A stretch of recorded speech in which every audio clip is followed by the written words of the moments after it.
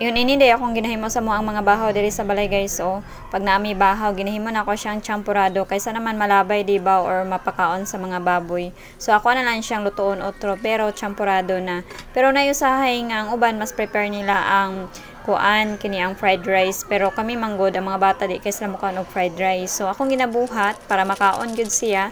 So ako siyang ginahimong champurado kay mas ganahan man sila kay tamis-tamis baya butangan nato og sentral.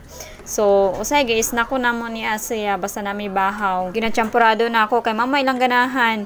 Nya usay may mga bata kay magsige sila og pangayo og Milo mo ilang sudan usahay. So di ba mo ilang ganahan murag gyapon og Milo. Nagpalit ko pinikas nga bulad kalami kani siya ipare sa kuan champurado. Pero ako lang sa siyang hugasan una kay para dili ra kay siya para. Unya pag human ako hugas sa bulad ako na siyang isugba unya kay naluto naman pud ang champurado. Dali ra kay naluto kay luto naman daan baho ba na akong giluto nga champurado.